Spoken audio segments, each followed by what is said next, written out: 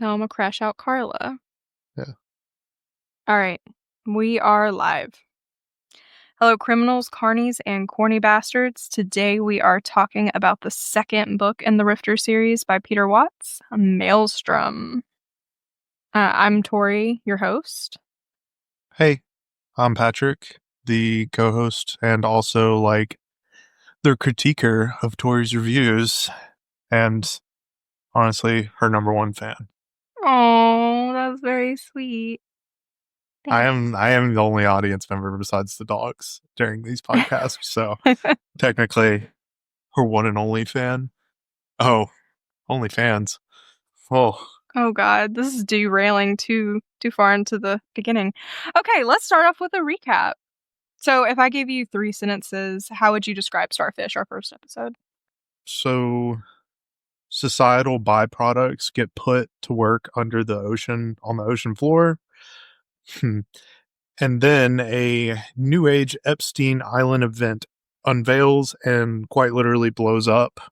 And at the very end, Clark escapes to the new world / shore for a new chapter or adventure. Okay. Yeah. Yeah.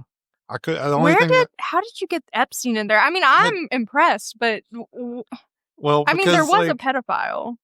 yeah. Well, I think it was kind of like when you were unveiling the whole plot to me, we're talking about it, you're like, I think you kind of just vaguely brushed over the fact that the fish are gigantic underneath the ocean. And then, Yeah. yeah, and then you were like, oh, yeah. Well, so I know I vaguely mentioned that. But that's a problem. And they got nukes down there. And I was like, oh, I kind of had like the same reaction whenever I heard Epstein's Island too. I was Oh like, there's an God. island doing what? Oh, so yeah, kind of the same shock value, at least with our unveiling of Epstein's Island and the nukes under the ocean. So I don't like how you're like, actually, you know what? It's pretty hilarious. yeah, That's pretty hilarious. so hilarious. That's not what I was expecting you to say. So, can I give you mine? Mhm. So mine would be underwater chaos between deeply traumatized submarine personnel. Big boom comes from AI deciding humanity just isn't that cool of concept. Lenny Clark, i.e. deeply traumatized submariner, swims to shore very much hoping for revenge. Very professional. Could not be me. I do be writing. Yeah, do be. Could not be me. I have to be a goof somehow, some way. I love it. Yeah, it's my job, quite literally. It's my whole point on this podcast.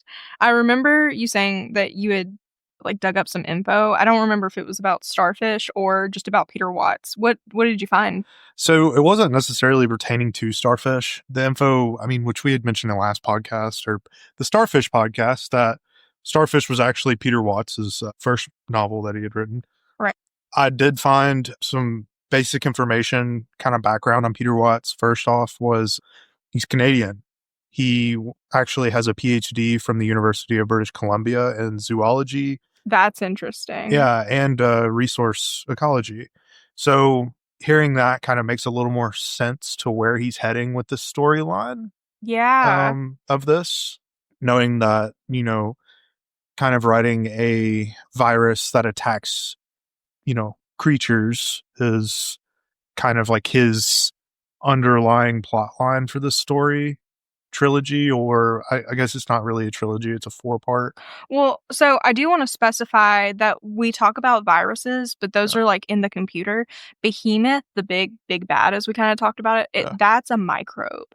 Yeah. And it's a microbe from Oh, the so it's a depths of the microbe. sea. It's not Yeah, a it's like okay. it's like a, because when we think about viruses, we think about almost like not having, they create more of themselves, they replicate, but they don't necessarily have, they're the kind of organism a virus is very different to what, say, a mammal is. Okay. You know what I'm saying? Yeah.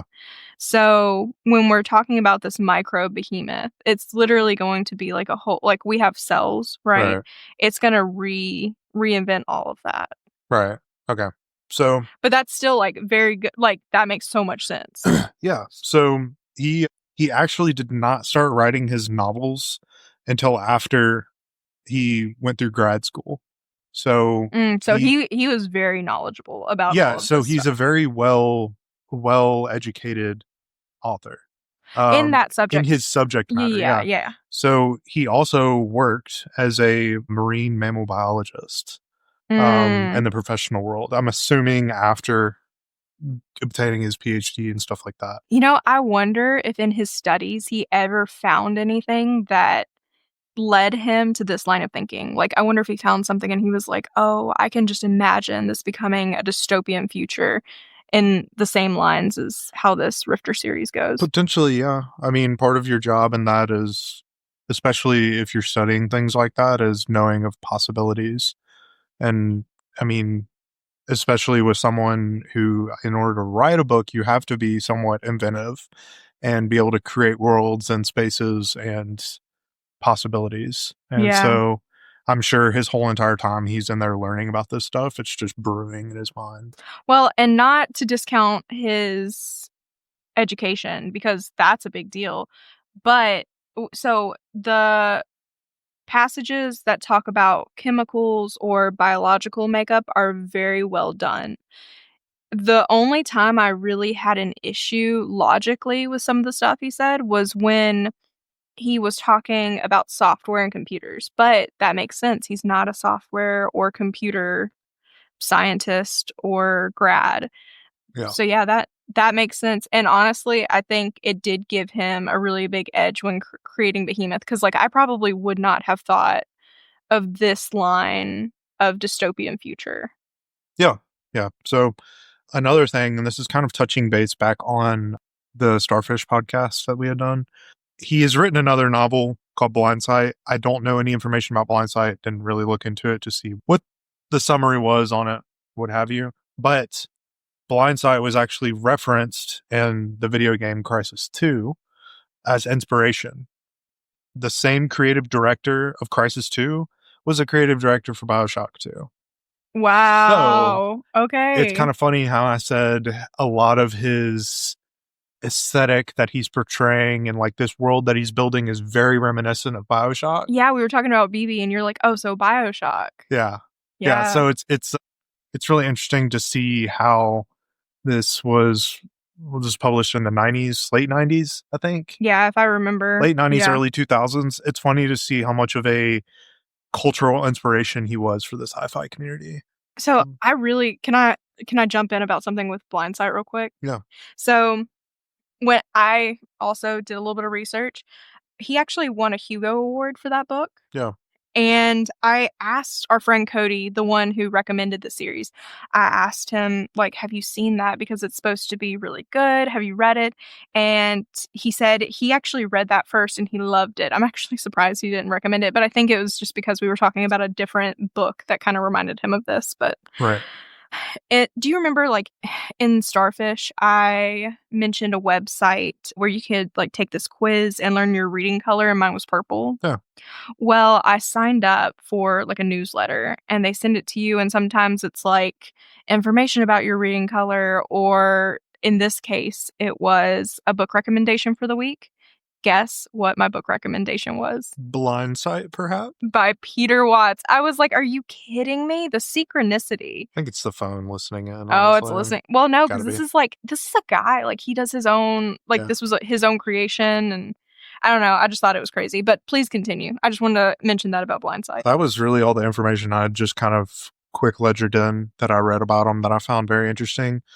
Also, too, I didn't find a compiled database of information on Peter Watts anywhere except for Wikipedia. So this Really? was cited from Wikipedia. Could be 100% false.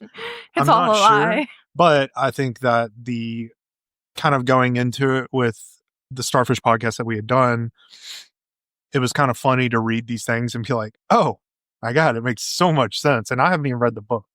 So Dude. just to like see these similarities and like all the dots that we had dropped down and like connecting them all together is so interesting. Well, and I actually so the reason I did some research is because whenever I wanna do a better job, you know? Mm. Always wanna keep getting better. I felt so silly with some of the things that I said on the first podcast because I obviously did not understand some very important things about the book. So, firstly, and this, I only found this information, I actually found this online and I didn't see this in the book. So, if this is wrong, listeners, please let me know. But I believe the series is actually set in like the 2050s, which to me is crazy because that's like 25 years away. And I don't see any of this being even remotely. But like you said, it was written in the 90s. I just couldn't, I didn't, I, everything was so different from what I would assume would happen in the near future. I didn't even think it was on necessarily Earth. But the Juan de Fuca Ridge is a real thing. Like that is where, well, it's off the west coast of the United States. I didn't even know what the fuck the Juan de Fuca Ridge was. Mm-hmm. I mean, which, US schooling system. Yeah. But anyway, so BB is on the Channer Ridge, which is the southern tip of the Juan de Fuca Ridge. And like I said, that's like really close to us. It's literally in the United States. Huh. Or not in the United States, but off Yeah. the west coast of the US. I just think that's wild. So, firstly,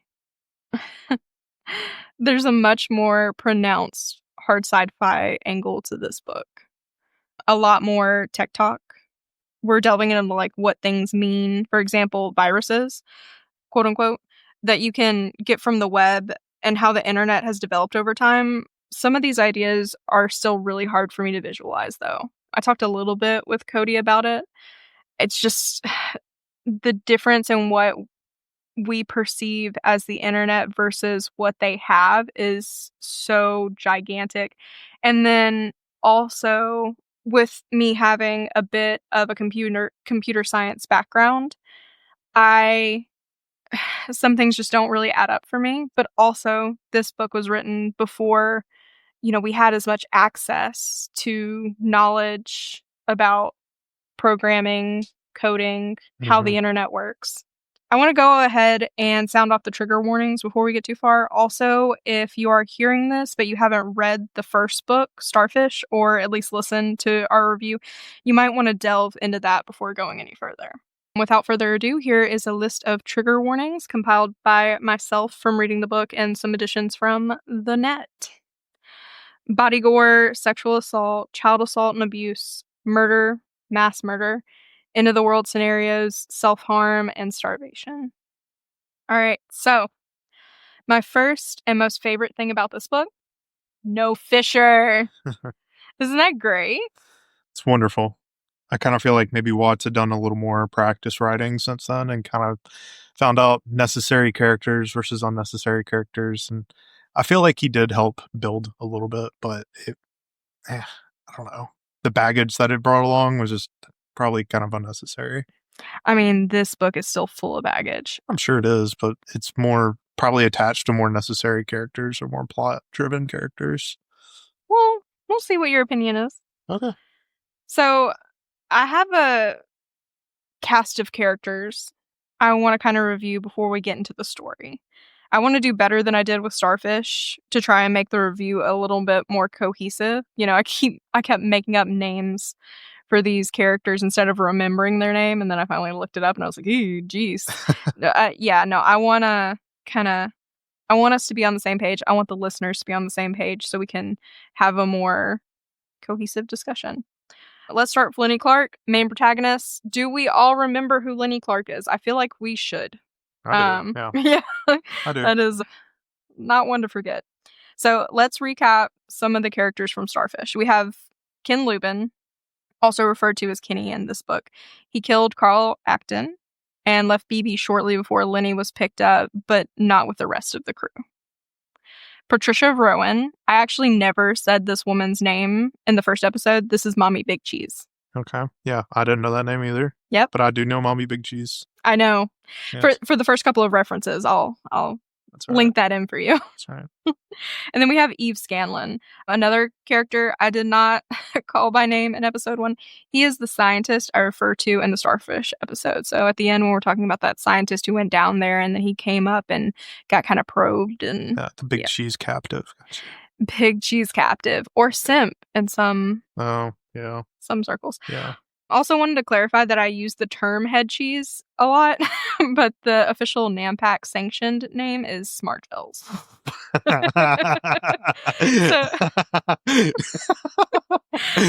So Smart Gels are, the component, and then head cheese is like the slang people would use. Yeah. So You've been calling head cheese was easier to you've been calling them remember. slurs this whole time, man. Oh, goodness. They also sometimes refer to them as just gels. But Okay. so some big players that are new to us in this book, we're gonna get into it, but I'm just gonna kind of preface who they are right now. There's Achilles Desjardins, codename Killjoy. I'll probably swap between all of his names, so wanted to get that one out of the way, just because there are so many. Like, sometimes the book calls him Achilles, sometimes Desjardins, sometimes Killjoy. So that's all the same person. Okay. Then we have Alice. She works side by side with Achilles as what they call lawbreakers. We'll get more into that later. Then we have Amitav, also known as a stick man. It's not funny. It's actually very upsetting. He is a refugee that is on the Strip, which is a long bit of land near the coast where the powers that be have basically exiled huge groups of people. So again, this is on like the west coast of America in Gotcha. what is today's society. Then we have Suhan Perot. We're going to actually start the book with her, so I'm not going to give too many details. Do you have any questions? None. Cool. Let's get into it. So there's this general idea of powerful people that have control, like in the government. There's different names used in the group, but Mommy Cheese, Patricia Rowan, is a party of this group. I don't think it's ever explained. It's almost like an oligarchy, I guess, Right. because it seems like these companies and these people who have vested interest in money, basically. And this is getting a little too close to home, but that's who's kind of running the world. And there are different governments, but the one that we're going to talk about the most is Nampak. The governments that run other countries in the world are never really discussed. So Suhan, she works for this group. The big one, that's what they're calling that big earthquake or explosion that happened from the nukes. It has decimated so much of the coast. Suhan's job is to, like at her house, get into this computer system that allows her to control what they call a botfly. These things are exactly what you think they'd be. They fly around and capture sound and video of whatever is happening. They have different modes, so you can see warm bodies in buildings with a heat signature and other modes to help detect if there are any survivors or people that need help. So that's what Suhan is looking for. She's assessing the damages and looking for people after the quote-unquote big one.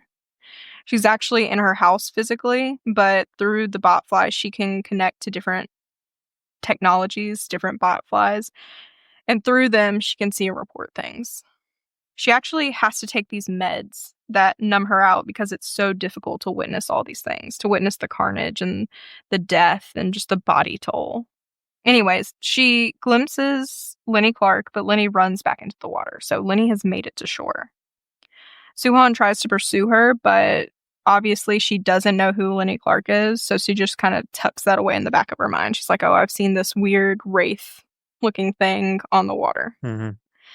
Next bit, we get to see some things from Lubin's perspective because he is alive. He made it to shore. He's convinced everyone he knows from BP is dead. He even talks about Lenny and how her dying allowed him to make her his own personal confessional. Fuck that guy. Truly. Anyway, he's running through what could have happened, like why the explosion happened. And he comes to the conclusion that Channer Vent had to be a threat. The vent itself, as well as the Rifters, or the GA, the company the Rifters work for, would have evacuated way before there was any chance of the bomb going off. He's real fucked up, too. Like, physically. His eardrums have burst, and his eyes are jello from the blast. Luckily for him, he has these enhancements that help him heal quickly. It's a layover from his career he used to have, which is presumably killing people, if we're to remember Starfish. Yeah, and that's what I would think. Gun for hire, mercenary, Mm, whatever, what have you. yeah. Then we jump to the perspective of a virus. So remember how we talked about the very confusing concept of a virus that behaves a lot like how we think of viruses today, but like growing on the internet? Hmm. Well, one such virus is a character presented in some of the chapters of the book. Hmm. The book is written in third person, so you always have this godlike view over the characters. In these chapters, we can see how the virus, quote unquote, thinks, but it doesn't really think at all. Watts makes sure to press the fact that this virus is not sentient. It's just trying to grow and replicate like all non sentient life, and will do whatever it needs to make that happen. So Virus Chan is running around the internet, now called Maelstrom, but we'll get into that in a second. And it's trying to procreate, replicating its code as much and as often as possible. Watts gives us details about a little inbreeding moment between the code we're following and a distant relative, quote unquote. The relative is like a copy of the code created by itself back in the day, but has taken on new traits because it is developed differently from virus A. Supposedly, this makes them stronger in a weird Darwinism way. Like, you share code with me, I share code with you, now we both have the best parts. Hmm. Even though, New and improved. real gross. No. It makes me a little uncomfortable how it's described. Like, one virus kisses another and leaves a timestamp to check divergent rates. So, like, how fast each virus is changing over time. And Watts equates that to the very human, here's my number, call me anytime you're back this way. But also, like, incest, what the fuck? I mean, it is just a bunch of code, essentially. I know, and that's how my brain thinks. But then the book literally, It put like a personification on it yeah. almost, which is And I'm like, ew, ick. Like, we're thinking about the way the author developed this virus personality, and just starting off there is, let's just hope ugh. if it's ever made into a movie, it is not that part is left out of the book. Oh, I would hope. Yeah. I can imagine how that's kind of visually disturbing and gross. He does do a good idea of personifying it, though. I will Yeah. say that. It becomes very human, and you start to understand more what I did not understand in the first book, which is how we can assign these very lifelike traits to viruses that are only living on the internet. Hmm. Now, before I get into the next bit of the story, I want to go back and talk about Maelstrom. So, back in the day, there was the net. I'm equating this to like today's internet. Then it became cyberspace. That's because it became more like integrated into reality. Then we had metabase. The world at this point is deeply enmeshed with technology. You can get augments that connect you directly into the internet, and everything is so integrated that stepping into metabase is like stepping into a new frontier, like a new planet. But then we have viruses on the scene. Anything that is not like an information packet or a photo or a line of text, basically anything that is kind of organic to the internet, like these viruses, are known as wildlife. They're outside anyone's control and they're growing on their own. We go from Metabase to Maelstrom because all of this wildlife gives the internet a malicious undertone. Viruses and hackers are super dangerous because oftentimes people have this hardware directly wired into their brains or their nervous system.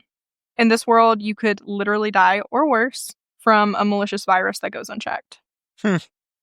And that, to me, describes so much more of the world we're in, which is part of the reason I'm liking this book a lot more than Starfish. Yeah.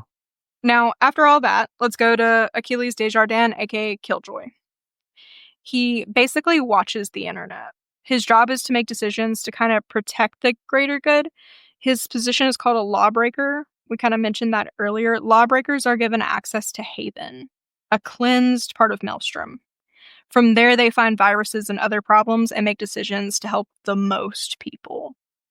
The thing about lawbreakers is that for this position, you really need someone who cannot be selfish.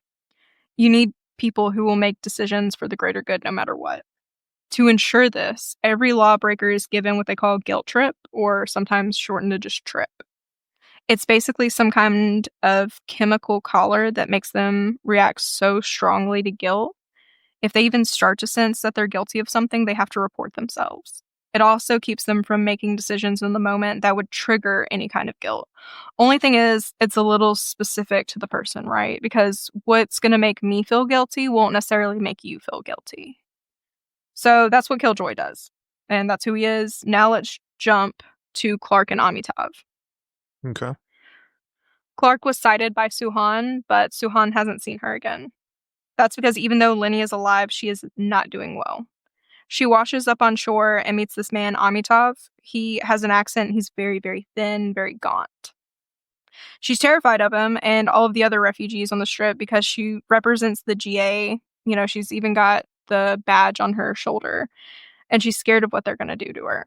So she chooses instead to spend very little time on land and sleeps in shark-infested waters, you know, where she's more comfortable. Interesting. During her time on the strip, she's getting weird looks from Amitav because she keeps having flashbacks to her dad and her past, and it's triggering her trauma. It's like this bright white light, and then she'll see like his face or whatever. For some reason, none of these memories are traumatizing memories. Like, none of them are bad. It's just flashes of, you know, his face or a conversation that she doesn't remember having. When she has these hallucinations, she just attacks whatever is closest because she's overwhelmed with that trauma. Do you remember me telling you about the fish underwater, the ones that are huge but easy to rip apart? We kind of like mentioned it in the beginning of the episode. Yeah. So one of the ways the rifters would protect themselves from giant sea life were these billies. The end would send out this pressurized pulse. It wasn't super aggressive, just enough to split these super brittle fish. Or at least that's what it seemed like underwater. So it's like a shock baton, pretty much. I'm not sure if it actually shocked anything. I think it was like air. Huh. But yeah, while Amitav and Clark are arguing, a kid comes up behind Clark and tries to run off with her billy. This thing is attached to her leg, so she notices and yells at the kid that it's dangerous. Amitav calls her bluff, so she's like, you know what? Let me show you. She sticks the business end into the sand and sends it. It's like a bomb goes off. Without all of the pressure from the ocean limiting the billy, it's like a nuke. The kid is never found again. I know. Why would you laugh about that? Amitav is alive, but just barely. Clark runs away crying. She didn't mean to. She didn't know it was going to be like that. At least she didn't just start fucking cackling. Damn. Dude, that's so bad, dude. Oh my god. It's so bad. I have to laugh my ass off. It's so bad. It's like, oh my god. It reminds me of the little gun from Men in Black 2. Oh my god. Yeah, the one Will Smith has. Yeah, he's like, whoa. Okay, so let's 180. We're going to go back to Achilles. He's at a bar. It's described as like a watery oasis. This chick is trying to talk him up. She's dressed in rifter chic, quote unquote. Basically, a fashion statement that bloomed from a social justice movement that was sparked by public outcry regarding the treatment of rifters. The public found out that they were using incest victims and war vets and rightly said, hey, that's kind of fucked. Anyway, it's a very attractive lady, but he makes these weird comments. Kind of like, you know, we talked about authors having some weird holdovers that affect their work. I think this is one of them. He says something along the lines of, she's a woman, so biologically she must be attracted to resource holders, or in this case, power holders. It's giving incel, like women needing to fulfill some kind of hierarchical need. If they like you, it's not because they like you. It's because you have something they want. If they don't like you, it's because they're shallow and searching for resources or wealth. Interesting. Because, you know, Killjoy considers himself to be a powerful man. Okay. That's kind of why he's thinking she wants him. Huh. Anyway, back to the book. Alice shows up at the bar, drags him out to go to a meeting with Mommy Cheese, or Rowan. When Alice is pulling Achilles away, she yells at the chick from the bar and is like, you wouldn't even want to know the sick stuff this guy is into anyway. And they leave. So Achilles meets Rowan. Some other people as well, but basically Rowan is putting him on a special team. He's got these really good pattern recognition skills, so they're hiring him to detect a quote unquote biological event. Spoiler alert, it's Behemoth. He's supposed to take some not so connected information and try to see how they can pin down what has happened with the microbe and what will happen. He agrees and he gets Alice to be on the team with him. He just has to do a little bit of convincing. So, remember Suhan? She saw Lenny with the botfly. Well, she's still looking for her. There's these legends that all the refugees on the strip are starting to spread that Clark is a mermaid. Clark is a wraith from the depths of the ocean, and Amitabh is her prophet. Some people say that she's bringing with her the end of the world, which technically they're kind of right. Suhan ends up finding Amitabh, and we find out more about the context of who he is. So, on this strip, and it's crazy because of everything going on with Israel and Gaza. This is really timely. So, on the strip, think the Gaza Strip, there are an insane amount of people that have been pushed from their homes and they're treated very poorly. There are gates keeping them separated from what's seen as this upper echelon of society, and these gates are rigged with technology to make sure they don't get through. They're given food, but it's a brick that comes from this machine they call a cycler. It's not good, but it gives enough nutrition to survive. However, it is also laced with an antidepressant and antibiotics. Some of the refugees, like Amitav, have figured out that the people in power may feed them, but their goal is to keep them docile. Amitav knows that with just sheer numbers, if they were all to rise up, the machines could not stop them. Those on the strip that choose to eat so little as to not be affected by the drugs, they're known as stickmen. They're slowly starving, but they're able to keep their anger. Suhan eventually finds Amitav. She asks about Lenny, but he's like, she's already gone. Suhan can tell that he's a stickman and tries to reason with him, but he's in a fairly polite way telling her and her people to go fuck themselves. Suhan is then like, isn't Lenny Clark part of us? Or are you two friends? Like, are you sleeping with the enemy? And Amitav says, we are both not sheep. Here, that is enough. And basically, he tells Suhan that Lenny Clark is the reckoning they all deserve. So Suhan is basically like, okay, well, whatever. I'm going to program the botflies to be able to identify you and your voice. So call out if you see Lenny Clark. He's like, I don't know what makes you think I'll help you, but whatever. I also want to point out that since Lenny Clark has been on the scene, there has been a perceived increase in these stickman political activists, or at least that's what Suhan thinks. We find out, though, that these emaciated figures, that's Behemoth, the microbe which is spreading for so many reasons, especially through Clark. It started working its magic. It's stripping cells of nutrients and the ability to function, no matter how much people eat.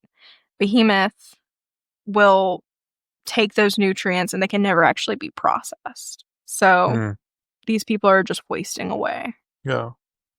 Lenny Clark has ran away because of the explosion with the kid that you thought was hilarious. Suhan is looking for her. Lubin is trying to get his shit together. He's currently stranded with roundworms in his poop and having to mercy kill animals with his bare hands. And all the while, Achilles and Alice are figuring out exactly what Behemoth can do to the biosphere. As discussed in book 1, it's not good. So let's talk about Lubin for a bit. I'm actually surprised you didn't stop me when I'm like, hey, he's got roundworms. Yeah. Lubin's got worms. Dog. And a dog he is. Yeah, dog of a man.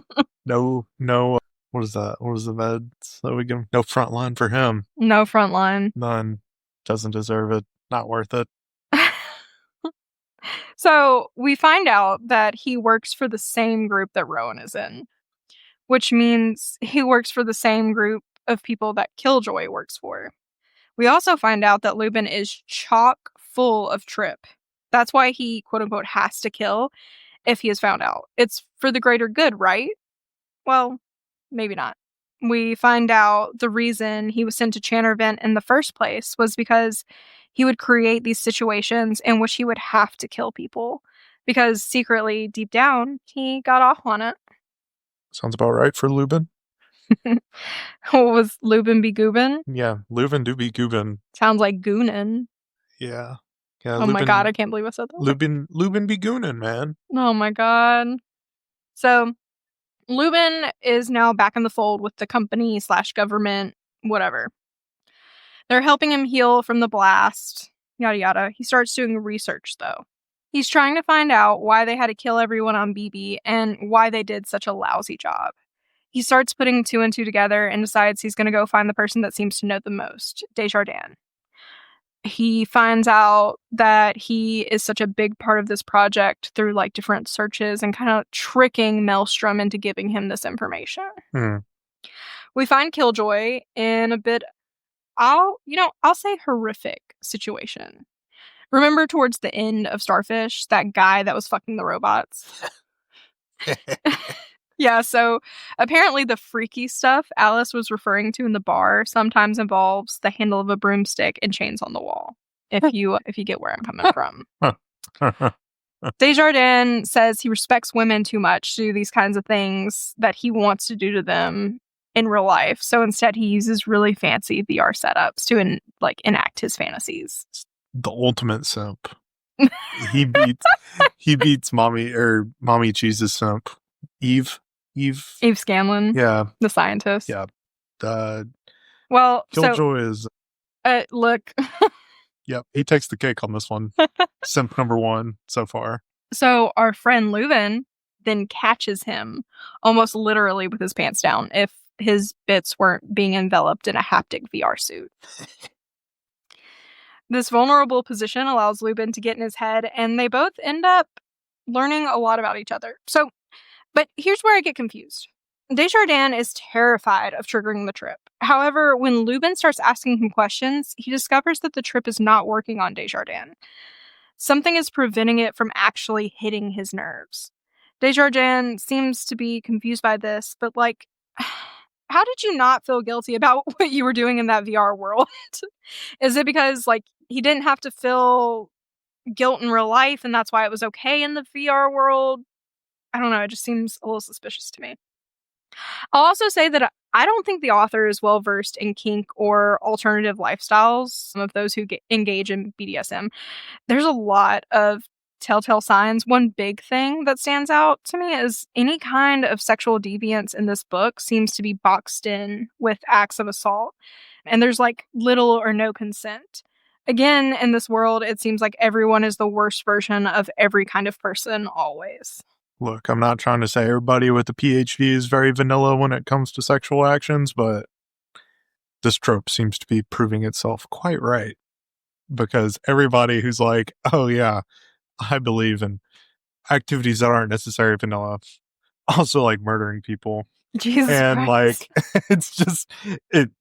it's either extremely uncasual or very casual. There's no in between. There's no middle ground.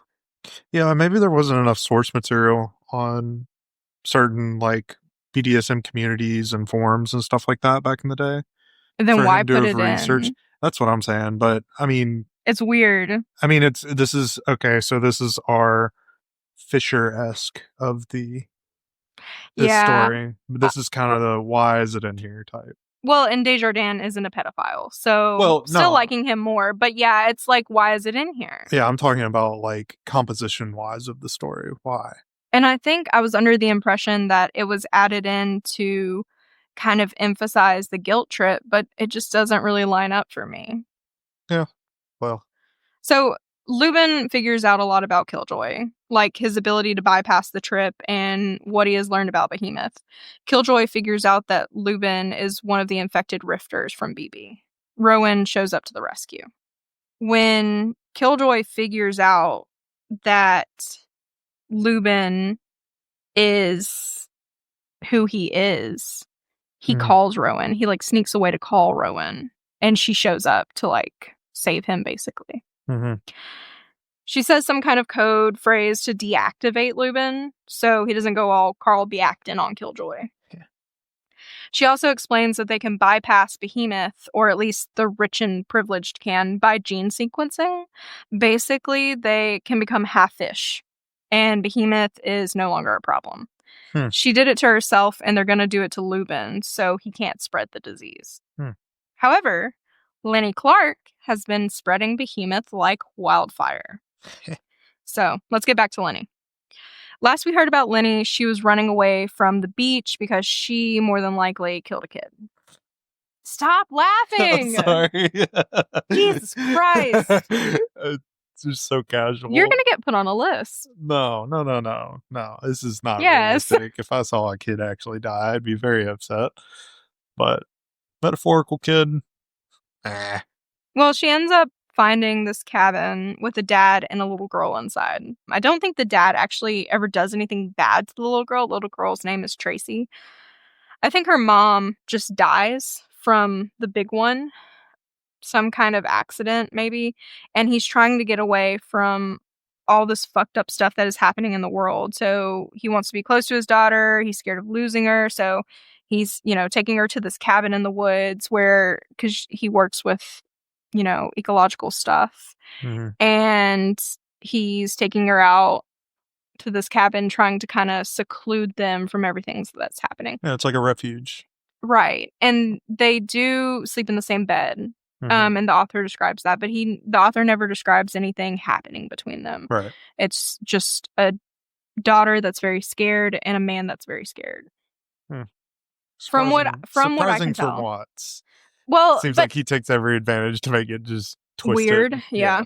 Well, hang on. Let's get into it. So, when Lenny shows up, all she can see is her dad and all the fucked up stuff that he did to her. So she tries to kill this girl's dad to quote unquote help her. She ends up being so overtaken with her own trauma that she cannot finish the job and she just leaves. After they have their little spat, she ends up going into the water and just like beating the fuck out of some rocks. And she just, loses. She thinks that she needs to go back and she needs to help this girl, but she can't even find the will to do that. And she's just like, I can't even save this girl that's in this perceived position Mhm. that Lenny Clark remembers.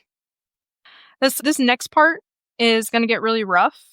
If you're queasy at body horror or extra sensitive to sexual trauma, it's time to tune out. I'll see you next week. Thanks for listening. So, Lenny finds this dude. Super gross, grimy fuck. He stops her and basically says she needs to pay him in sex or else. And she does. She doesn't say yes, but she doesn't fight him. And even finds out that she had a weapon, her Billy, in her bag once they're done. And he's like, why'd you let me do this?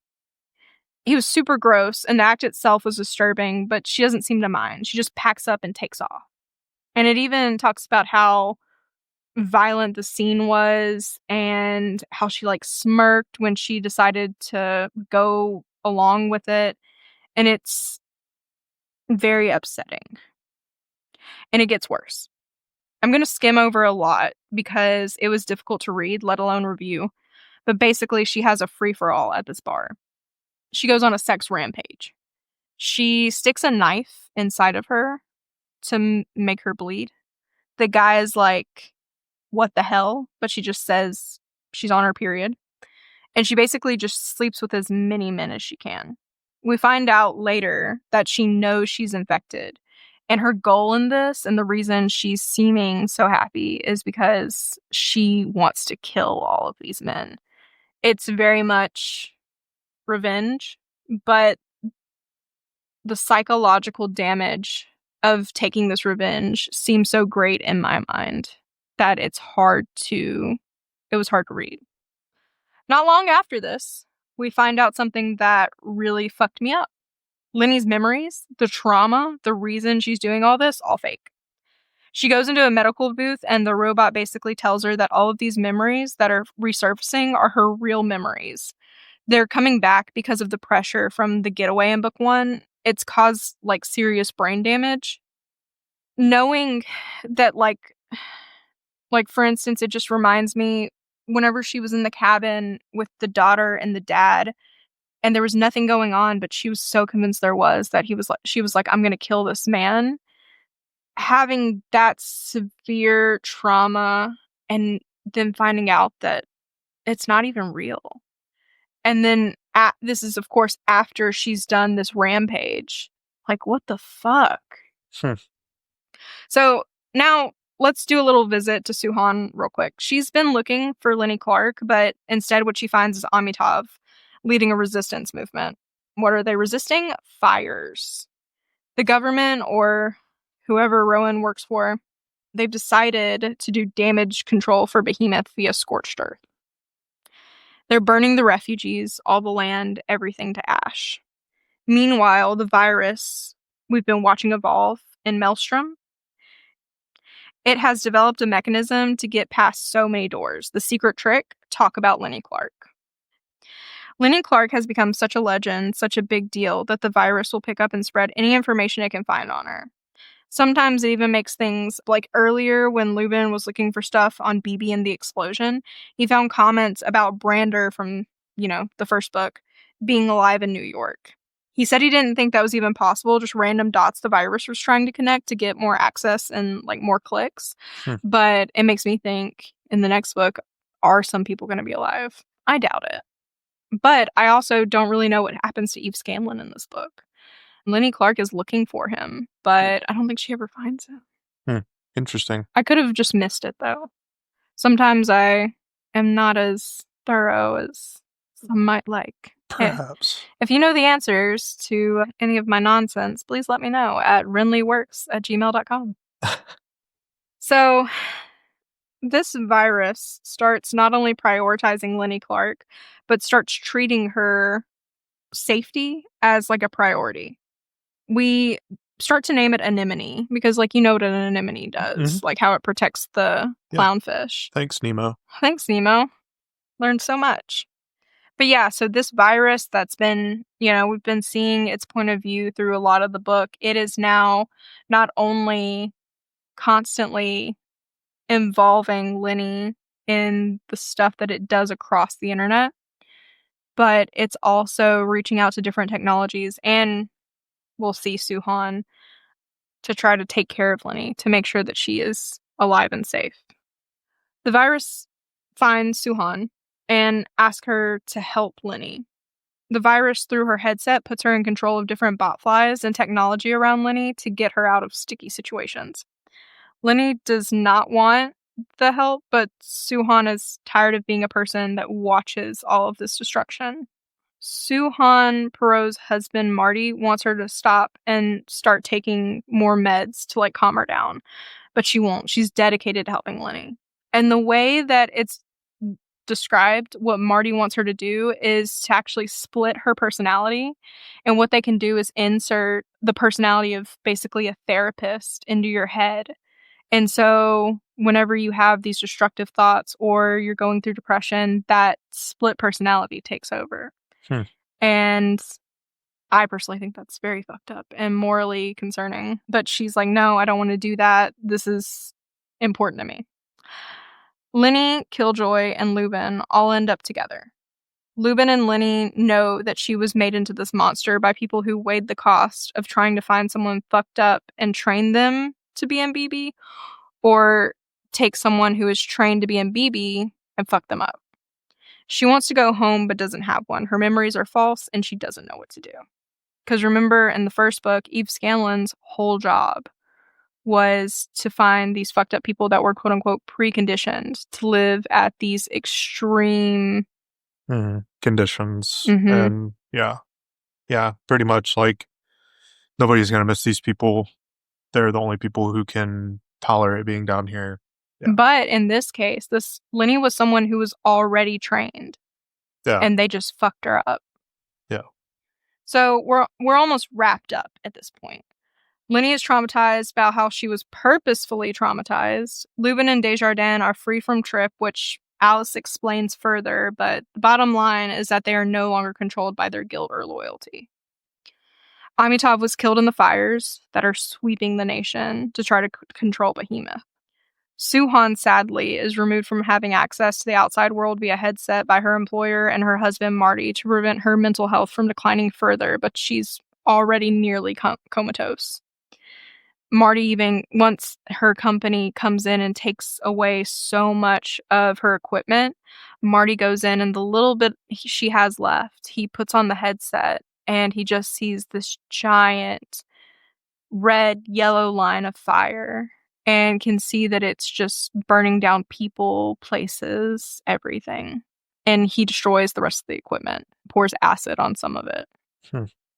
However, she's still unwell. The true ending, like the very last chapter of the book, is him putting her to bed and then getting in bed with her. And I think they're just trying their best to kind of not. Think about it.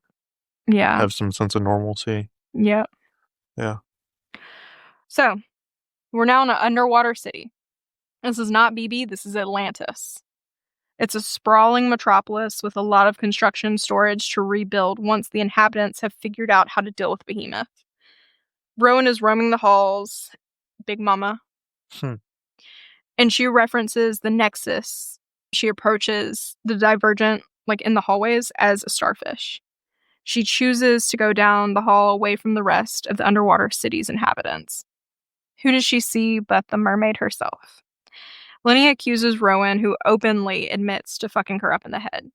Lenny calls Rowan mom since she, quote unquote, like remade her. She also says she can have this underwater city, Rowan can, and all of the upper echelon, quote unquote, can have it, but that they're never allowed to leave. Lenny and the team on the surface, so I'm Lenny, Lubin, Killjoy, Mm-hmm. Alice, they're going to stay and fight. They're going to stay and fight for humanity. And Rowan and all of these fuckers who have caused, ultimately, all of these problems can stay down here. And they better not return. Hmm. And Lenny lets her live. Lenny lets all of them live. She walks away. Interesting. Puts them in the position that she was originally in Starfish. Yep. But how it's described, Rowan and all of these people are in such better conditions, honestly, that it's, I mean, they even call it Atlantis. Yeah. Yeah, it's not some dingy bunker, Oh, yeah. Yeah, for sure. essentially.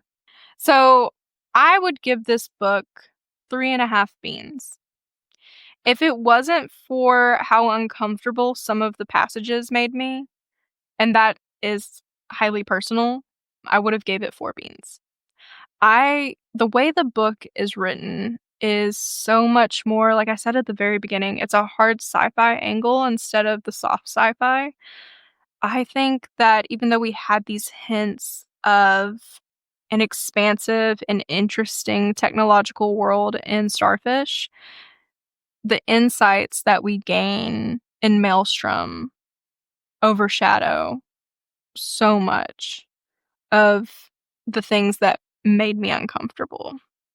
Yeah, it feels like a lot more world building in this one. It is. There's a lot more, from what I can tell, meat and potatoes, like on subject matter and also just building. And I wonder if he got feedback similar to what I said in Starfish of, you're talking about this virus, but I don't really understand. I can't picture how you're picturing the internet, or I can't picture what this virus would be like. And I don't even think I explained it well because it's still very hard for me to grasp. But I think Peter Watts, to his credit, did a very good job of explaining it.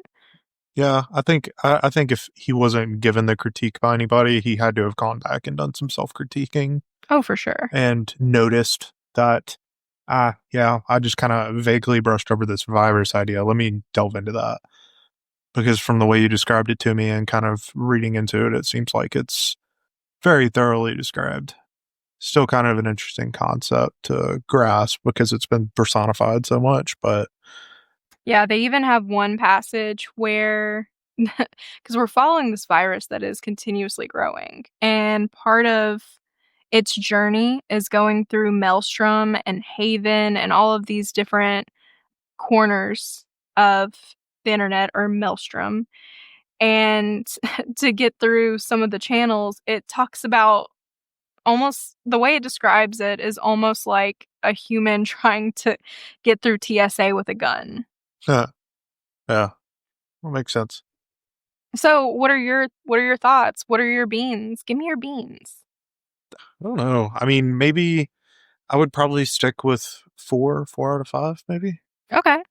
because I do feel better about it than I did Starfish. Yeah. I think I gave Starfish 3. I think you gave it 2. Yeah. So I would give it 1 more than Starfish. I definitely think it's better. I definitely appreciate a good comparison analogy because I typically compare things of unrelated topic in So, order to like yeah. get my point across. So the virus and this human Yeah, identity of it. personification. Yeah. Yeah. Yeah, the personification of the virus is definitely very interesting to me. It's something that I feel like I could probably do myself if I was having a conversation with somebody and couldn't explain something. I feel like I would probably do that. But yeah, I give it 4 beans. More than you. Patrick says 4 beans. 4 beans. What about Behemoth? So I'm not sure yet if we're gonna have to do 2 more parts or just 1 more for Behemoth.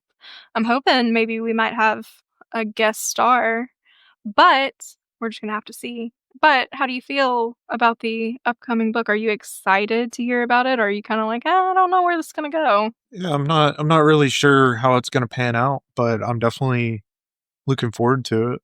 Do you have any theories? I have a feeling that Lenny is going to find Eve. If she hasn't already and I just didn't remember. Yeah, or she's gonna figure out who she was before she was traumatized. Mm, I don't think that's gonna be a main plot line, mm. but I think it's gonna be an interesting factoid. Well, one thing I didn't mention earlier is both of her bio parents are dead. Yeah, I So mean, I she figured as much. can find things out about her life, but she won't be able to meet them. Right. I think they'll maybe find that out, and maybe she's someone of some importance that got sent down there and not just like a criminal like Fisher Mm, or anything like that. Maybe she was someone important that they wanted to get rid of, so they just wiped her shit and sent her down there.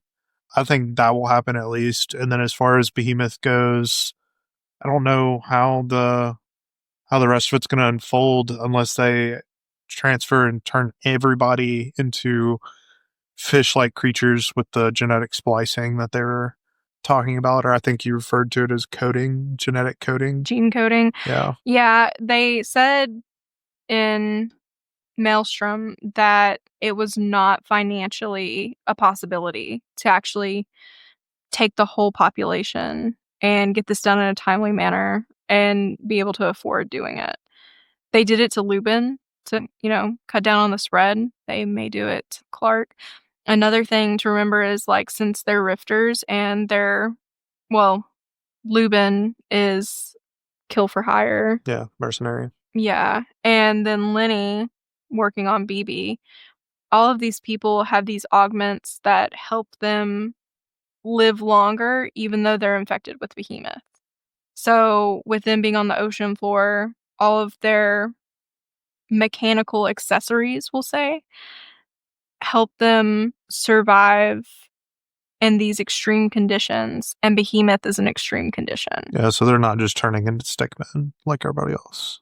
Right. Gotcha. And Lenny even makes a comment about how, she did that sex rampage and she's like, you're telling me they're not even gonna die like soon? Because that was her goal. Yeah, because she's not even showing signs at this point of being infected. Cool. All right. Good stuff. Well, we'll be back with the book next week. I don't know if it's going to be Behemoth or if we're going to take a little breather and then come back. These books by Peter Watts are pretty thick. And especially this one storyline was pretty big. Yeah. Well, I know they had to break up Behemoth into 2 parts. Yeah. So might do that in 2 parts, or we might be able to squeeze it into 1. We'll see. Thanks for listening, guys. see ya. See ya. Bye.